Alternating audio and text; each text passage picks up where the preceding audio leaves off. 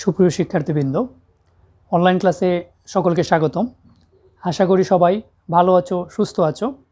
আজকে আমি তোমাদের সাথে আছি পলাশ চন্দ্রদেব, সহকারী শিক্ষক, আশেরা উচ্চ বিদ্যালয়। সুপ্রিয় শিক্ষার্থীবৃন্দ, আজকে আমি তোমাদের সাথে যে বিষয় নিয়ে আলোচনা করব সেটি হচ্ছে নবম এবং দশম শ্রেণীর গণিতের চতুর্থ অধ্যায় 4.1-এর সূচক নিয়ে আলোচনা করব। তো সুপ্রিয় শিক্ষার্থীবৃন্দ, তোমরা অবশ্যই মনোযোগ সহকারে ক্লাসটি দেখবে। তো সূচকের আমরা প্রথমে কিছু নিয়ম বা সূত্রগুলো একটু দেখে আসি। সূচকের ক্ষেত্রে কোনো কিছুর পাওয়ার যদি শূন্য হয় তাহলে সেটা 1 হয়ে যাবে। এ টু দি পাওয়ার শূন্য মানে হচ্ছে 1। আবার 2 টু দি পাওয়ার শূন্য মানে হচ্ছে 1। 3 টু দি পাওয়ার শূন্য মানে হচ্ছে 1। অর্থাৎ নিয়ম হচ্ছে কোনো কিছুর পাওয়ার যদি শূন্য হয় তাহলে সেটা 1 হয়ে যাবে। আবার এ ইনভার্স 1, কোনো কিছুর পাওয়ার যদি -1 হয় বা ইনভার্স আকারে থাকে তাহলে সেটা হবে 1/a। এ ইনভার্স 2 বা এ টু দি পাওয়ার -2 যদি এরকমভাবে থাকে তাহলে হবে 1/a²। অর্থাৎ মাইনাস থাকলে সেটা ভাগ আকারে নিচে চলে আসবে। যদি এরকম থাকে 2 ইনভার্স 2 তাহলে হবে 1/2²।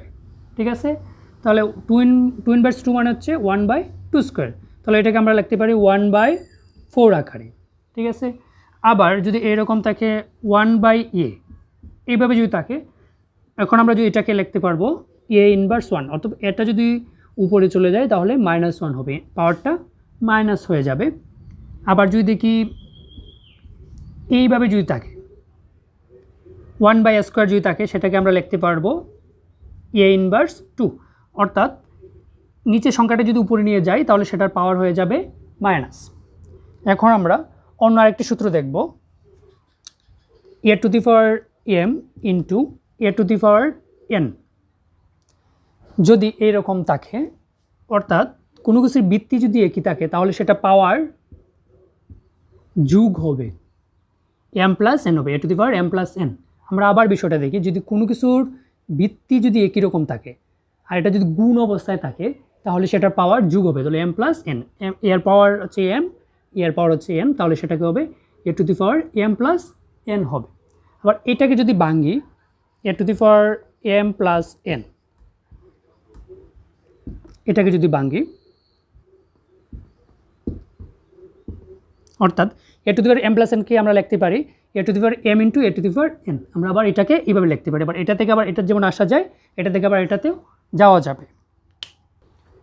এবার আমরা একটা সূত্র দেখব, a to the power n a to the power m,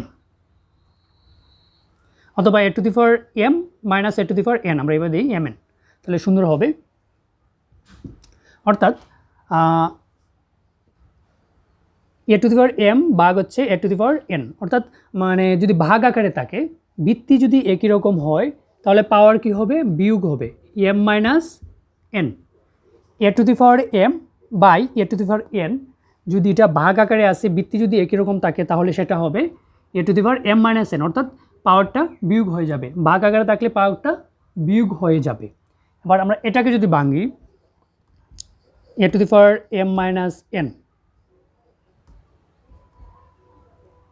এটাকে বাংলা কি হবে, a to the power m হবে ইন্টু হবে a to the power minus n। ওকে, এবার দেখো a to the power m ঠিকই থাকলো। আমরা জানি যদি এরকম থাকে, ইনভার্স আকারে থাকে, তাহলে সেটাকে আমরা ভাগারে নিয়ে আসতে পারি a to the power n। এবার দেখো এটা উপরের সংখ্যা 1 এর এটা গুণ করলে কী হবে, a to the power m, নিচে a to the power n। এটা থেকে আমরা এটা পাইলাম, যেমন এটা থেকে এটা পাইলাম, এটা থেকে আবার এটাতে আসা যায়। ঠিক আছে, তো মনে রাখতে হবে দুইটা জিনিস, যদি ভাগ আকারে থাকে তাহলে সেটা কি হবে, পাওয়ার বিয়োগ হয়ে যাবে। এবার অন্য একটা সূত্র নিয়ে আমরা আলোচনা করব।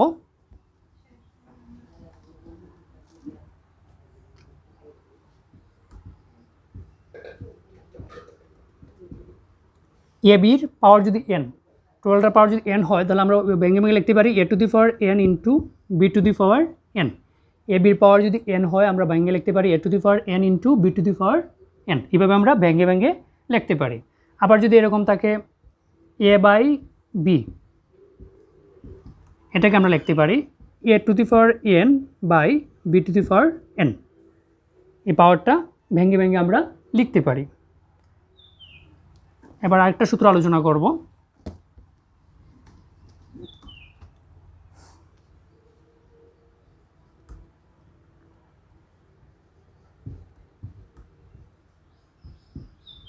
আচ্ছা, a to the power m পাওয়ার হচ্ছে n। এভাবে যদি হয়, যদি একটার পাওয়ার যদি একটা হয় তাহলে কী হবে, পাওয়ারটা গুণ অবস্থা হয়ে যাবে m into n। a to the power m আবার এটার পাওয়ার আবার যদি n হয় তাহলে কী হবে, পাওয়ারটা গুণ হয়ে যাবে, a to the power mn হবে। তো সুপ্রিয় শিক্ষার্থীবৃন্দ, এই সূত্রগুলো জানলেই আমরা সূচকের প্রায় সকল অঙ্কই আমরা সলিউশন করতে পারবো। এবার আমরা একটা অঙ্কতে চলে যাই।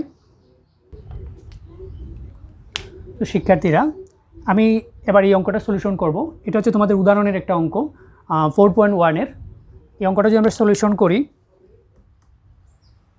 3 যেভাবে আছে সেভাবে লিখলাম, 2 টু দি পাওয়ার যেভাবে আছে সেভাবে লিখলাম, 4টাকে ভাঙবো, তাহলে কি হবে, 4টাকে ভাঙলে 2 স্কোয়ার। তারপর আমরা কি করতে পারি, 2 টু দি পাওয়ার n, এটাকে ভাঙলাম, n ভাঙলাম, আবার এটাকে যদি ভাঙি 2 to the power n into 2 to the power -2। এবার আমরা এটা যদি করি 2 টু দি পাওয়ার n -3 কি থাকলো, এটাকে যদি ভাঙি 2 to the power n into 2 to the power -1। Okay, এবার আমরা এখান থেকে কমন নিব, উপর থেকে 2 টু দি পাওয়ার n ও 2 to the power n common যায়, 2 টু দি পাওয়ার কমন নিলাম, তাহলে এখানে কি থাকলো, 3 থাকলো, মাইনাস বসালাম। এবার এখানে দেখো কি থাকে,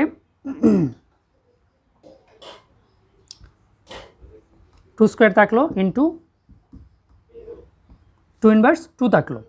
নিচে দেখি 2 টু দি পাওয়ার n থাকলো, এখানে যদি কমন নেই তাহলে কি হবে, 2 টু দি পাওয়ার n যদি কমন নেই, এখানে 1 থাকলো, এই মাইনাস থাকলো, এখানে থাকবে হচ্ছে 2 ইনভার্স 1। ওকে, এবার 2 to the power n, two the power n এটা কেটে যাবে, 3 থাকলো। এবার বৃত্তি যদি একই রকম থাকে তাহলে পাওয়ার কি হয়, যোগ হয়ে যায়। তো যেহেতু এটা মাইনাস আছে তাহলে কি প্লাসে মাইনাসে -2 হবে। নিচে হবে 1/2 ইনভার্স 1 মানে হচ্ছে 1/2 মানে হাফ।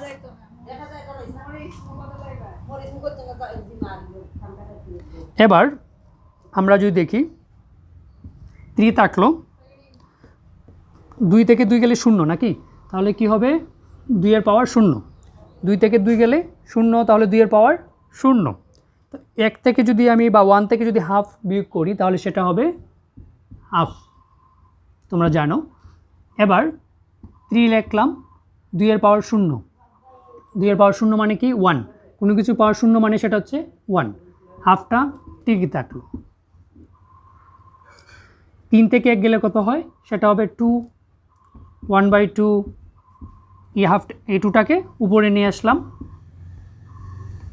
2 একে 2 দুগুণী 4, এই হলো আমাদের আনসার। ওকে, এবার আমরা অন্য একটা সলিউশনে চলে যাব। সুপ্রিয় শিক্ষার্থীরা দেখো, এবার আমরা এই অঙ্কটা সলিউশন করবো। এটা হচ্ছে তোমাদের অনুসরণীর 7 নম্বর অঙ্ক। আমরা দেখি কি করা যায়। প্রথম আমরা এটাকে ভেঙে ফেলবো, 2 to the power n into 2 to the power 4 লিখব, এই 4টাকে ভেঙে দিব 2 স্কোয়ার। এবার এটাকে ভাঙবো 2 to the power n into 2 to the power 1, এই 4টাকে ভাঙলে 2 square, 2 to the power n হলো, আর 2 টু দি পাওয়ার 1 হলো, ভেঙে দিলাম। এবার এটাকে ভাঙবো 2 টু দি পাওয়ার n, তাহলে কী হবে, ইন্টু 2 স্কোয়ার, আবার 2 পাওয়ার হবে 2, এই ভাগ 2 ঠিকই থাকলো। ওকে, এবার দেখো এখান থেকে 2 টু দি পাওয়ার n কী হবে, কমন যাবে, 2 টু দি পাওয়ার nটা যদি কমন নেই এখানে হবে 2 টু দি পাওয়ার 4 থাকবে, মাইনাস এখানে থাকবে 2 স্কোয়ার ইন্টু 2 টু দি পাওয়ার, এই যেটা 1 লেখা যে কথা, না লেখা একই কথা। এখানে n থাকলো, 2 দুগুণী 4 ভাগ 2 লিখে ফেললাম, ভাগ 2 লিখলাম। এবার আসে এখানে দেখলাম 2 2 কাটার পর 2 থাকলো শুধু, 2 টু দি পাওয়ার n থাকলো, 2 টু দি পাওয়ার 4 মানে হচ্ছে 16, আর হবে 2 দুগুণী 4, 4 দুগুণী 8, আর এখানে কি থাকলো 2 to the power n into 2, 2 to the power n, two the power n এখানে কি কাটা যায়, তাহলে কি থাকলো এখানে 16 থেকে 8 গেলে বা 16 থেকে 8 গেলে কি হয় 8 হলো, নিচে থাকলো 2। এবার 8কে 2 দ্বারা ভাগ করলে 4 হয়, এই 4টাকে লিখে দিলাম। এই 4 হলো এটার আনসার। তো সুপ্রিয় শিক্ষার্থীবৃন্দ, আমরা পরে আরেকটা অঙ্কতে চলে যাই। তো শিক্ষার্থীরা, আমরা এবার তোমাদের 4.1-এর 8 নম্বর অনুশীলনীর 8 নম্বর অঙ্কটা করব। তো দেখি একটু অঙ্কটা কীভাবে করা যায়। এটা যেভাবে সেভাবে থাকবে, m+1 যেভাবে সেভাবে থাকলো, এটা একটু দেখো। এটা আমি গুণ করে দিব। পাওয়ার একটা পাওয়ার যদি থাকে, একটার উপর পাওয়ার একটা যদি থাকে, তাহলে সেটা গুণ হয়ে যায়। m square into minus m হলো। ওকে, এবার ভাগ দিলাম। তারপর এই 9টাকে আমরা ভেঙে দিতে পারি। 9টাকে ভাঙলে কী হবে? 3 স্কোয়ার হবে। আর m+1 যেভাবে সেভাবে লিখলাম। এবার এটা আসি, এইটা দিয়ে এটার পাওয়ার আর এটার পাওয়ার, আমরা পাওয়ারে কী হয়? গুণ হয়ে যাবে। গুণ যদি হয় তাহলে হবে m স্কোয়ার মাইনাস 1। আমরা একটু দেখি কীভাবে হয়। m-1 m+1 যদি আমরা গুণ করি তাহলে কি হয়? m দিয়ে গুণ করলে m স্কোয়ার, m দিয়ে গুণ করলে প্লাস m, নাকি? তারপর আবার -1 দিয়ে গুণ করলে মাইনাস m, মাইনাসে প্লাসে মাইনাসে -1, অর্থাৎ এ কাটা গেল, m স্কোয়ার মাইনাস 1 থাকলো। তাহলে আমরা m স্কোয়ার মাইনাস 1টা লিখে দিলাম। এবার আসি, এটা যেভাবে আছে আমরা এভাবে লিখতে পারি।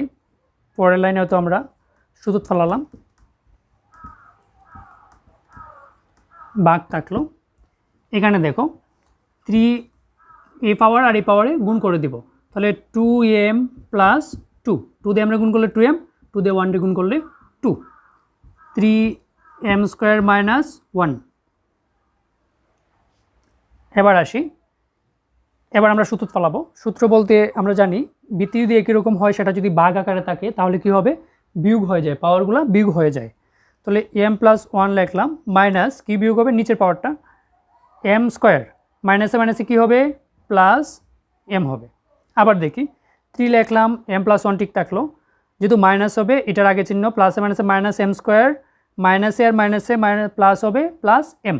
ওকে, এবার এই ভাগটা ঠিক রাখলাম, একটু সেম 3 লিখলাম, 2m প্লাস 2, যেহেতু বৃত্তি একই রকম, ভাগ আকারে থাকলে সেটা বিয়োগ আকারে হবে m স্কোয়ার মাইনাসে মাইনাসে প্লাস 1। এবার আমরা পুরাটাকে একসাথে আমরা লিখে ফেলতে পারি। তো এখানে আমরা লিখতে পারি একসাথে, দেখো আরেকটা লাইন যদি লিখি, em আর em লিখতে পারি আমরা 2m plus 1 minus m square, ভাগ থাকলো এটা 2m প্লাস 2 আর প্লাস 1 হবে প্লাস 3 মাইনাস m স্কোয়ার। এবার আমরা একসাথে লিখতে পারি। এবার দেখো, যেহেতু বৃত্তি একই, এটা ভাগ আকারে আছে, তাহলে কী হবে? পাওয়ার বিয়োগ হয়ে যাবে। তো এটা প্রথমটা লিখলাম 2m plus 1 plus 1 minus m square, 2m plus 1 minus m square. এবার এটা হবে বিয়োগ, তো মাইনাস কি হবে? 2m প্লাসে মাইনাসে মাইনাস মাইনাস 3, তারপর কি হবে? প্লাস মাইনাসে মাইনাসে প্লাস প্লাস m স্কোয়ার। এবার একটু দেখো, এই m স্কোয়ার এই m স্কোয়ারে কী হয়? কাটা যায়। এই মাইনাস 2m প্লাস 2m কাটা যায়, তাহলে এই প্লাস 1 আর মাইনাস 3 থাকে। তো 1 থেকে মাইনাস 3 বিয়োগ করলে কী হবে? Minus 2 to the power minus 2 থাকলো। এবার এটাকে আমরা লিখতে পারি 1/3 স্কোয়ার, যেহেতু পাওয়ার ঋণাত্মক বা নেগেটিভ, সেই ইনভার্স থাকলে আমরা নিচে চলে আসে, তাহলে আমরা এটা লিখতে পারি 3 স্কোয়ার মানে হচ্ছে 9, তাহলে এটার আনসার হচ্ছে 9। তো সুপ্রিয় শিক্ষার্থীবৃন্দ, আজকে এই পর্যন্তই। এরপরে এই ক্লাসে আমরা এই অধ্যায়ের পরের অঙ্কগুলো সলিউশন করার চেষ্টা করব। তো এর আগ পর্যন্ত সবাই ভালো থাকো, সুস্থ থাকো, সকলকে ধন্যবাদ।